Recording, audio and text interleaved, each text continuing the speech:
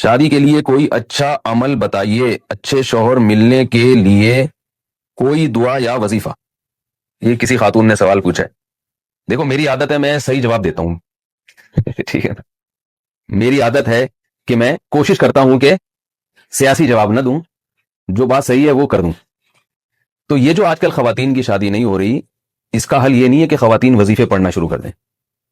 میں ایک دفعہ مسجد میں تھا، وہاں تو ایک خاتون نے وقت لیا کہ ملنا چاہتی ہوں، بہت بڑا مسئلہ ہے، اپنی بیٹی کو بھی لانا چاہتی ہوں، اس کے رشتے نہیں ہو رہا ہو، یہ بہت پریشان تھی. میں ٹائم نہیں دیتا کسی کو، لیکن اتنا زیادہ بیچاری پریشان تھی تو وہ آ گئی. وہ جب گھر میں آئی ہیں تو میں نے بٹھایا ان کو، میں نے کہا جی فرمائیے. تو انہوں نے کہا میری یہ بیٹی ہے، اس کی عمر ہو گئی 30 سال اور رشتے نہیں ہو رہے، بہت پریشان ہوں، کسی نے جادو کر دیا، کسی نے یہ کر دیا، کسی نے وہ کر دیا. میں نے کہا کہ آپ کی لڑکی کی یعنی ایجوکیشن کیا؟ انہوں نے بتایا ایم اے کیا ہوا اس نے. تو میں نے اس خاتون لڑکی سے، پردے میں تھی وہ، کہیں ایسا نہ ہو میرے خلاف ایک کلپ ابھی چلا دیں کہ وہ پردے میں تھی دونوں، اور نہیں بھی ہوتی تو یہ ان کی ہیڈک ہے. اگر پردے میں نہیں آتی تو وہ ان کے خلاف کلپ چلانا چاہیے تھا، مولوی صاحب کے خلاف کلپ کی پھر بھی کوئی سمجھ آ رہی ہے نا بات. یہ بعض دفعہ ایسا ہوتا ہے بے پردہ خاتون کوئی مولوی صاحب کے سامنے آ کے بیٹھ گئی، اب فوراً لوگ نے کیا کر دیا، کلپ بنا کے یوٹیوب پہ ڈال دیا، وہ بیٹھے. بھائی اس کے خلاف کلپ بنا کے ڈالو کہ وہ کسی مرد کے سامنے بے پردہ ہو کے کیوں بیٹھی ہے. ٹھیک ہے نا، مرد کو پردہ کرنے کا حکم نہیں ہے، پردہ عورت کا حکم ہے. تو وہ میں نے ان سے، ان کی جو بچی تھی نا، میں نے ان سے کہا آپ نے ایم اے کیا ہوا ہے، ماشاءاللہ آپ پڑھی لکھی ہیں. تو میں نے ان کو ایک مثال دی، میں نے کہا مجھے ایک بات بتائیں کہ ایک آدمی میرے پاس آتا ہے اور مجھ سے کہتا ہے یہ دروازہ بند کر دینا، یہیں سے میری اسپیکر میں آواز ریپیٹ ہو کے آ رہی ہے تو وہ تھوڑی سی کنفیوز ہو رہا ہوں. تو میں نے ان سے کہا کہ بھائی دیکھیں کہ میرے پاس 50 روٹیاں ہیں اور بندے ہیں 75 یا 100 آدمی ہیں. مجھے کہا جا رہا ہے، بلکہ 100 خواتین ہیں، یوں فرض کر لیں، مجھے کہا جا رہا ہے کہ یہ 50 روٹیاں 100 خواتین میں تقسیم کریں اور اس طرح تقسیم ہو کہ ہر خاتون کے حصے میں ایک ایک روٹی آئے. بات آ رہی ہے سمجھ؟ ہر خاتون کے حصے میں ایک ایک روٹی آئے، کیونکہ ایک روٹی سے کم میں پیٹ نہیں بھرے گا. تو میں کر سکتا ہوں، میں یا تو اب میرے پاس دو آپشن ہے، یا تو میں 50 روٹیاں 50 خواتین کو دے دوں اور باقی 50 کو کہوں آپ بھوکے رہو، یا یہ ہے کہ وہ آدھی آدھی توڑ کے. کیا خیال ہے بھائی؟ ایک روٹی میں 2 خواتین، بول لینا کوئی گورنمنٹ کی طرف سے پابندی نہیں ہے، ایک روٹی میں 2 خواتین شریک ہو جائیں. اب کیا ہے کہ میں جو اصل حل ہے وہ تو نہیں بتا رہا لوگوں کو کہ بھائی یہ ایک روٹی میں 2 خواتین شریک ہو جائیں، یہ نہیں بتا رہا میں، بلکہ میں کہہ رہا ہوں یار روٹیاں 50 ہیں اور میں جب بھی تقسیم کرتا ہوں 50 بیچاری بیٹھی ہوئی ہے، ان کو ملی نہیں رہی روٹی. تو اب میں ان کو وظیفہ بتاؤں کہ آپ ایسا کریں، سورہ مزمل 18 دفعہ پڑھیں، آپ سورہ ملک 15 دفعہ پڑھیں، آپ جو ہے تہجد میں ربنا ھب لنا من ازواجنا وذریاتنا قرۃ اعین واجعلنا للمتقین اماما، یہ والی دعا 345 دفعہ پڑھیں، اور چوتھائی صاحب کا رسالہ پڑھا کریں افخری. ٹھیک ہے نا، اس میں اور وظیفے ہیں. تو یہ کوئی کامن سینس کی بات ہوگی؟ بھائی ہے ہی نہیں. جب ہے ہی نہیں تو کہاں سے وہ ڈیوائیڈ ہو جائے گا؟ حل یہی ہے کہ اس ایک روٹی میں 2 خواتین بولیں بھائی شریک ہو جائے. تو مسئلہ یہ ہے کہ مرد جو ہے نا، مرد ان نالائقوں نے نکاح کرنا چھوڑ دیے ہیں، دیر دیر سے نکاح کرتے ہیں، عیاشی مردوں میں بڑھ رہی ہے. جو نکاح کرنے والے مرد ہیں وہ معاشرے میں تھوڑے ہیں. سمجھ میں آ رہی ہے بات؟ ورنہ زنا اتنا پھیل گیا ہے، دوستیوں کا ماحول اتنا زیادہ ہو گیا کہ انہوں نے نکاح کرنا مردوں نے. آپ جائیں نا، میں تو جانتا ہوں 40 50 سال عمر ہو گئی نکاح نہیں کرتے. اور جو نکاح کے لائق ہیں وہ بھی سارے، یعنی جو نکاح کرنا چاہتے ہیں وہ بھی سارے نکاح کے لائق نہیں ہیں، بے روزگار ہیں، کوئی سٹا لگا رہا ہے، کوئی گٹکے کھا رہا ہے، کوئی جو ہے نا صحیح طبیعت کا آدمی نہیں ہے. جبکہ خواتین میں برائیوں کا ریشو کم ہے، چلسی ہیروئن چیف عورتوں میں ہوتے ہیں مردوں میں ہوتے ہیں؟ کیا خیال ہے؟ بے روزگاری یہ عورت کے حق میں عیب نہیں ہے، مرد کے حق میں عیب ہے بے روزگار ہونا. عورت کا تو کوئی عیب نہیں ہے، تو جو بے روزگار آدمی ہے وہ بھی نکاح کے قابل نہیں ہوتا. تو تھوڑے لوگ ہیں جو نکاح کے قابل ہیں، اس لیے خواتین کے لیے رشتوں میں مشکلات پیش آ رہی ہیں. تو اس کا اصل حل وہی ہے جو بڑا کڑوا لگتا ہے لوگوں کو، کہ بھئی ایک اچھے مرد پہ ایک عورت قبضہ نہ کرے، بلکہ وہ کوئی دوسری عورت، ایک مرد جو ہے ایک سے زیادہ عورتوں کو اپنے نکاح میں لے لے، جو ذمہ دار اور سمجھدار مرد ہیں، پھر وہ برابری بھی کرے، حقوق بھی کرے. بہت سے لوگ کہتے ہیں مرد ذمہ دار نہیں ہے، تو بھئی کیا سارے غیر ذمہ دار ہیں؟ کچھ تو ہوں گے نا جو ذمہ دار ہوں گے. تو یہ جیسے لڑکی والے پہلی شادی کے لیے لڑکے کو پرکھتے ہیں کہ یہ ذمہ دار ہے یا نہیں ہے، تو ایسے ہی دوسری شادی کے لیے بھی وہ پرکھ سکتے ہیں کہ یہ ذمہ داری نبھائے گا یا نہیں نبھائے گا. اور جیسے پہلی شادی میں سلیکشن میں غلطی ہو سکتی ہے، ایسے ہی دوسری میں بھی غلطی ہو سکتی ہے، لیکن اس غلطی کے ڈر سے یہ نہیں کیا جاتا کہ نکاح ہی ختم کر دیا جائے. بعض دفعہ ایسے ہوتا ہے کہ نکاح کا پیغام آیا، آپ نے خوب اچھی طرح چھان پھٹک کے دیکھا بھائی یہ بڑا ذمہ دار ہے، لیکن بعد میں کیا نکلتا ہے وہ نالائق. تو اب یہ تھوڑی کہا جاتا ہے کہ یہ نکاح کرنا ہی نہیں چاہیے، بھائی اتفاق سے غلطی ہو گئی تو دوبارہ تلاش کرنے کی کوشش کرتے ہیں. ایسے ہی یہ بھی ہوتا ہے کہ بعض دفعہ ایسا ہوتا ہے کہ دوسری کے لیے کسی مرد نے نکاح کا پیغام بھیجا, آپ سمجھے کہ ذمہ دار ہے, لیکن بعد میں کیا نکلا, غیر ذمہ دار. تو اب اس کا یہ مطلب نہیں ہے کہ سبھی پہ فتویٰ لگا دیا جائے. تو اصل حل شریعت نے اور اسلام نے یہ بتایا جو میں عرض کر رہا ہوں.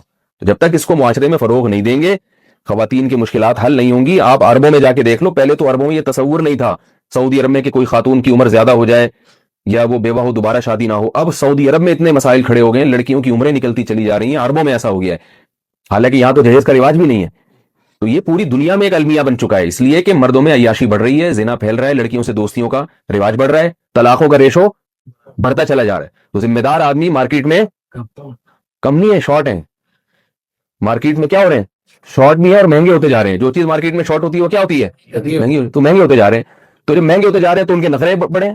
کوئی اچھا لڑکا آپ کے خاندان میں ہو تو وہ جب لڑکی نکاح کا لڑکی کے ابا اس سے بات کریں تو وہ اتنی پنچایتیں کرتا ہے نا, مجھے لڑکی ایسی چاہیے, اگر وہ قوم بھی وہی ہو اور شکل و صورت بھی ایسی ہو اور بہت زیادہ وہ ذرا سا کھاتا پیتا لڑکا ہو نا, اگر تعلیم اچھی ہو تو اس کے نخرے دیکھیں آپ. پھر وہ کرتا ہی نہیں. تھوڑی سی بھی ٹیڑھی میڑھی لڑکی ہوگی, تھوڑا سا رنگ دبا ہوا ہوگا, ذرا سا وزن زیادہ بڑھا ہوا ہے, ایک اسٹینڈرڈ بنایا ہوا بھی اتنے کلو وزن ہونا چاہیے.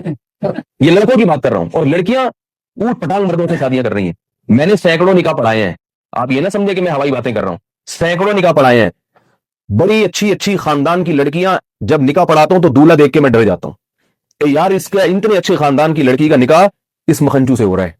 وہ شکل سے لگ رہا ہوتا ہے لڑکا کہ یار یہ, لیکن لڑکی والے کیا ہوتے ہیں, مجبور ہوتے ہیں. کم عمر لڑکیوں کی شادیاں بڑی بڑی عمر کے لڑکوں سے ہو رہی ہیں. پڑھی لکھی لڑکیوں کی شادیاں بالکل جاہل لڑکوں سے ہو رہی ہیں. ڈاکٹر لڑکی کا نکاح میں نے پڑھا ہے میٹرک پاس سے, کیونکہ لڑکی والے مجبور تھے, یار لڑکی کی عمر نکلی جا رہی ہے, کیا کریں, رشتہ ہی نہیں مل رہا, رشتہ ہی وظیفے پڑھ لیے. تو پھر ایک رشتہ آیا میٹرک والے کا, تو مجھ سے مشورہ نہیں لگے. میں نے کہا بھائی گھر بٹھا لو, مگر کوئی جوڑ نہیں بنتا ہے. میٹرک بھی شاید زیادہ کہہ دیا, 8ویں پاس تھا وہ, پاس بھی پتہ نہیں کیسے ہوا. آپ کو پتہ ہے پاکستان میں پاس ہونے کے لیے کوئی, تو مجبوراً کیا انہوں نے. کیا ہوا, تھوڑے دنوں میں طلاق ہو گئی.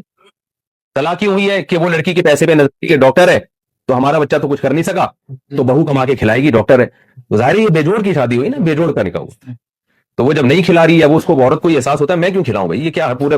پھر ایسے ایسے نالائق خاندان ہیں کہ لڑکی شوہر کو پال رہی ہے. یہ سب میرے مشاہدے کی باتیں کر رہا ہوں میں, ہوائی اخباری رپورٹیں نہیں پیش کر رہا, مشاہدے کی باتیں کر رہا ہوں کہ لڑکی اپنے شوہر کو بھی کھلا رہی ہے اور بالآخر پھر دیور کو بھی کھلا رہی ہے, ساس سسر کو بھی کما کما کے کھلا رہی ہے. تو ایسے ایسے آپ دیکھیں یہ کلچر ہمارا بنتا چلا جا رہا ہے. تو اس لیے جو گراؤنڈ ریئلٹی ہے نا, اس سے آپ آنکھیں بند کریں گے تو آپ, جیسے وہ کبوتر جو ہے نا بلی کو دیکھ کے آنکھیں بند کر لیتا ہے, وہ یہ سمجھتا ہے کہ جیسے مجھے بلی نظر نہیں آ رہی, اب بلی کو بھی میں نظر نہیں آ رہا ہوں گا. تو یہ کبوتر کی بھول ہے بھائی, آپ کی آنکھیں بند کرنے سے دنیا اندھیری نہیں ہو جاتی, باقی سب ویسے ہی ہوتا ہے جیسا ہو رہا ہے. پھر بھی بہرحال دعا کرنا چاہیں کوئی رشتے کے لیے تو ربنا هب لنا من ازواجنا وذریاتنا قرۃ اعین واجعلنا للمتقین اماما. یہ دعا تینوں مقاصد کے لیے استعمال ہو سکتی ہے. کوئی لڑکا اس کی شادی نہیں ہو رہی, وہ بھی یہ دعا پڑھ سکتا ہے. کوئی لڑکی اس کی شادی نہیں ہو رہی, اس کے والدین یا وہ لڑکی بھی یہ دعا پڑھ سکتی ہے. ہر نماز کے بعد پڑھ لیں یا چلتے پھرتے پڑھ لیں. اور جس کی ہو گئی, جس بندے کی ہو گئی مگر اس کو احساس ہوا کہ نہیں ہونی چاہیے تھی, ٹھیک ہے نا, یعنی ایسی بیوی ملی بد اخلاق, تو وہ بھی یہ پڑھ سکتا ہے کہ اللہ میری آنکھوں کی ٹھنڈک بنا دے اس کو. اور جس خاتون کی شادی ہو گئی وہ شوہر نالائق نکلا, تو وہ بھی یہ دعا پڑھ سکتی ہے شوہر کو لائق بنانے کے لیے. پھر نکاح ہو گیا, اولاد نہیں ہو رہی, اس کے لیے بھی یہ دعا ہے. اور اولاد ہو گئی مگر نالائق اولاد ہے, تو اس کے لیے بھی یہ دعا ہے. بڑی زبردست دعا ہے, یہ یاد کر لیں. سورہ فرقان کے آخری رکوع میں ہے, ربنا, ابھی نہ دہرائیں, میں صرف ترجمہ بتاتا ہوں. ربنا هب لنا من ازواجنا, اے اللہ ہمیں ہمارے ازواج کی طرف سے. ازواج کا جو لفظ ہے یہ بیوی کے لیے بھی استعمال ہوتا ہے اور شوہر کے لیے بھی استعمال ہوتا ہے. یعنی عورت ازواج کہے گی تو شوہر کے لیے استعمال ہوگا, اور شوہر کہے گی یہ دعا مانگے گا تو کس کے لیے.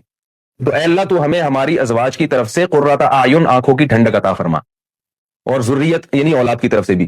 تو آنکھوں کی ٹھنڈک جبھی ہوگی نا جب بیوی ہوگی, تو یہ کنواروں کے لیے بھی ہے. اور شوہر آنکھوں کی ٹھنڈک جب بنے گا جب عورت کا شوہر ہوگا.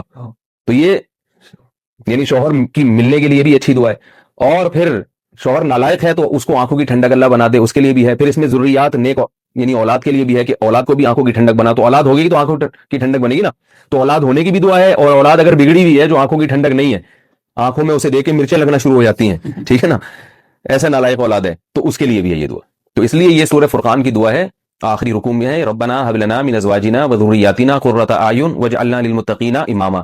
اور اس میں کیا ہے, اے اللہ ہمیں متقین کا امام بنا دے.